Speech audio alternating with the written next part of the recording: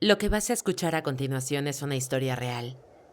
El museo aún se encuentra en funcionamiento, aunque ha cambiado de nombre y de locación. Comencemos.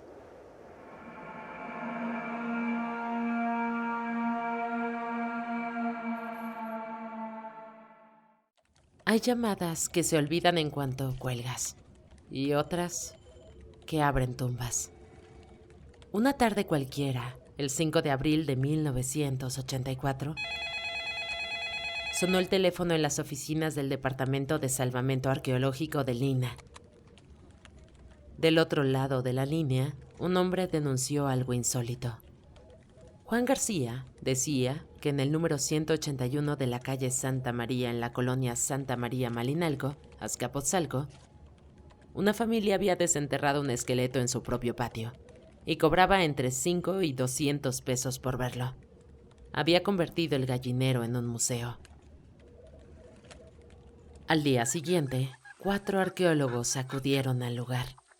Pedro Francisco Sánchez, Francisco Ortuño, José Manuel Guerrero y Román Chávez.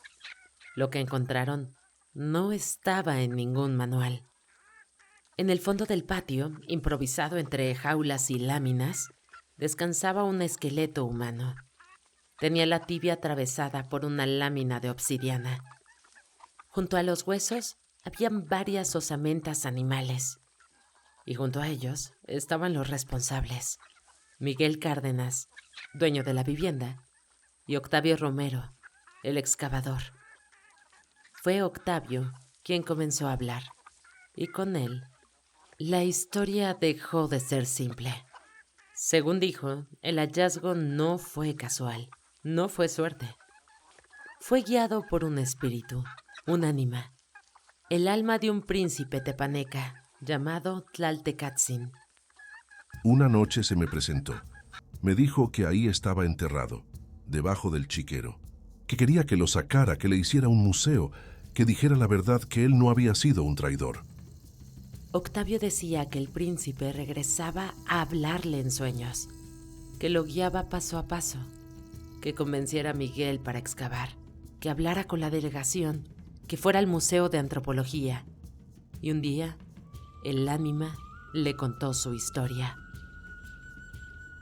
El príncipe había servido de guía a los españoles solo para salvar a su padre, quien estaba prisionero. No era traidor, sino un rehén de su propio tiempo. Fue herido por otro indígena durante la huida de Hernán Cortés, la noche que hoy recordamos como la Noche Triste, y más recientemente, como la Noche Victoriosa. Venía desde Tlatelolco, herido en canoa, y fue en Azcapotzalco donde la herida lo venció. Según el espíritu, la flecha estaba envenenada. Cuando cayó, un puma lo devoró, pero el veneno mató también al animal. El espectro cojeaba, llevaba guaraches y taparrabo, hablaba en español y pedía que se limpiara su nombre. Octavio aseguró que él no podría haber inventado todo aquello, que no tenía estudios, que si lo sabían era porque alguien se lo había dicho. Pues a ver, ¿yo cómo iba a saber que ahí había huesos? Él me dijo que su nombre y el de su padre están en algo de los vencidos. Los arqueólogos lo escucharon, tomaron notas y se llevaron los huesos. Los enviaron al Departamento de Antropología Física y fue ahí donde todo empezó a resquebrajarse. Los expertos determinaron que no murió por veneno. Murió por una infección avanzada provocada por sífilis.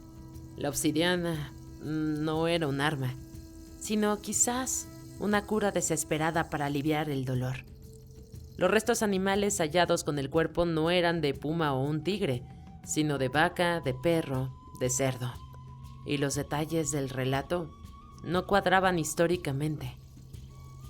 Según los documentos, el gobernante de Azcapotzalco fue prisionero después de la Noche Triste, y el atuendo del espectro no coincidía con el de un noble prehispánico.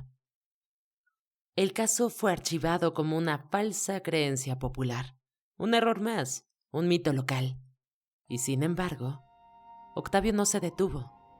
Siguió recogiendo piezas arqueológicas, las que él mismo encontraba, las que los vecinos le donaban. En su vecindad, en la primera cerrada de Tula, abrió el llamado Museo del Pueblo.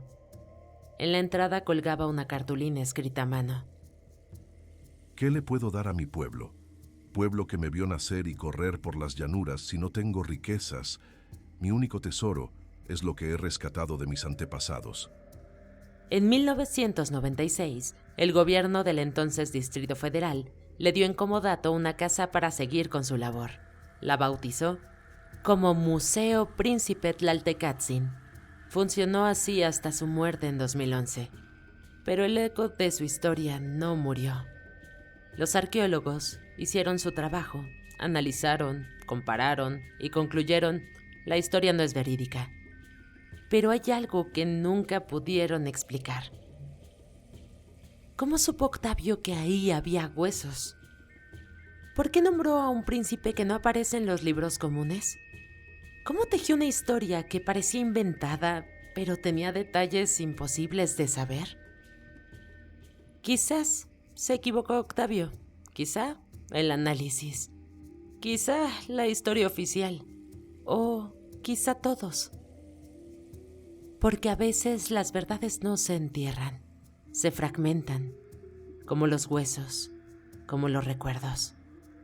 Y la pregunta queda en el aire: ¿quién se equivocó realmente? Tal vez el error fue pensar que el pasado se mide con reglas. Tal vez el príncipe sí habló, solo que no en un idioma que la ciencia pueda traducir.